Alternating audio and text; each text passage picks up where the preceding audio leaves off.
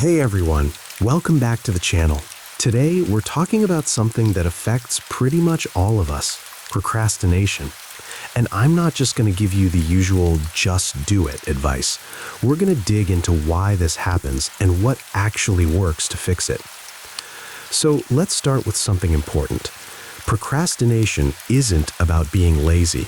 I know that's what it feels like sometimes, but research shows it's actually an emotional regulation problem. When you're putting something off, you're not avoiding the task itself, you're avoiding the negative feelings that come with it. Maybe it's anxiety about doing it wrong, or boredom, or feeling overwhelmed. Your brain sees those uncomfortable emotions and says, nope, let's do literally anything else. Understanding this changes everything because it means willpower alone isn't the solution. You can't just force yourself harder. You need to work with how your brain actually functions. Here's what happens. When you think about starting that difficult task, your brain anticipates discomfort. It triggers a stress response. And then your brain offers you an immediate escape. Check your phone, watch another video, reorganize your desk for the third time. That instant relief feels so good that it reinforces the procrastination loop. You've essentially trained your brain that avoiding means feeling better. But here's the thing, that relief is temporary. An hour later, or the night before the deadline, the anxiety comes back even worse because now you have less time and more pressure. So you end up feeling terrible anyway, which is why procrastination is so frustrating. It doesn't even actually help you avoid the bad feelings. So what do we do about it? First, we need to make starting easier. The biggest barrier to any task is the first step, because that's when the emotional resistance is highest. Once you're actually doing something, it's usually not as bad as you thought. This is why the 5-minute rule works so well.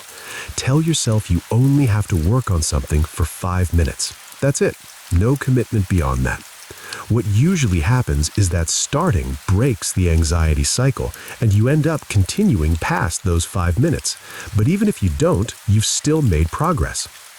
Another powerful technique is to get extremely specific about what you're going to do and when you're going to do it.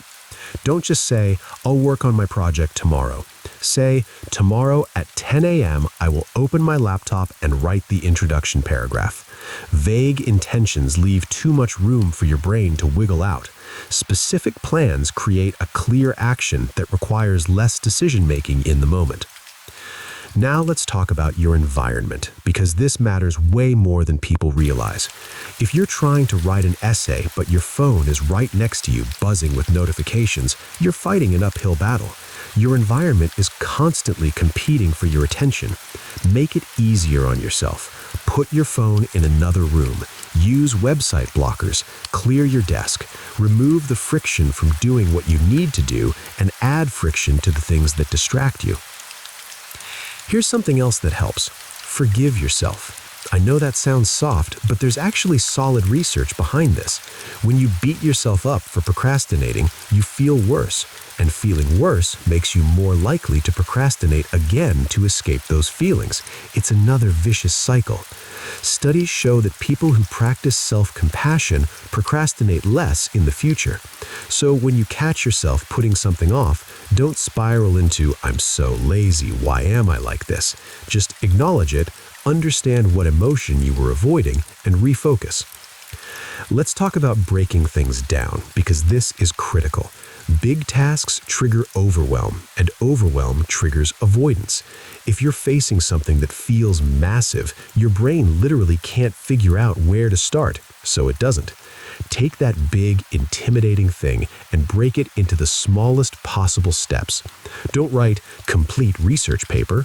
Write, find 3 sources. Then read first source and take notes. Then write thesis statement. Each small step feels manageable, and completing each one gives you momentum. You also need to pay attention to when you're most vulnerable to procrastination. For most people, it's when they're tired, hungry, or stressed about something else. Your emotional regulation is weakest in these states, which means you're more likely to seek immediate comfort. If you know you always procrastinate after dinner because you're tired, maybe that's not the time to schedule your hardest work. Work with your energy levels, not against them. Here's a mindset shift that really helps. Stop waiting to feel motivated. Motivation is unreliable. It comes and goes. If you only work when you feel motivated, you'll get very little done. Instead, focus on building systems and routines that don't depend on how you feel. Show up at the same time, follow your specific plan, and motivation often appears after you start, not before. And one more thing, make the benefits of doing the task more immediate and vivid in your mind. Right now, your brain is weighing uncomfortable task against comfortable avoidance, and avoidance wins because the discomfort is immediate while the benefits feel distant and abstract. Flip that script. Visualize how good you'll feel when it's done. Imagine the relief, the pride, the free time you'll have. Make those future benefits feel real and present. And finally, pay attention to your self-talk. If you keep telling yourself, "I'm such a procrastinator," you're building that identity. Try reframing it.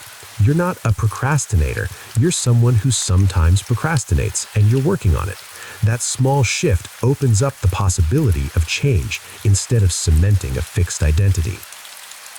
Look, overcoming procrastination isn't about becoming a productivity robot who never struggles.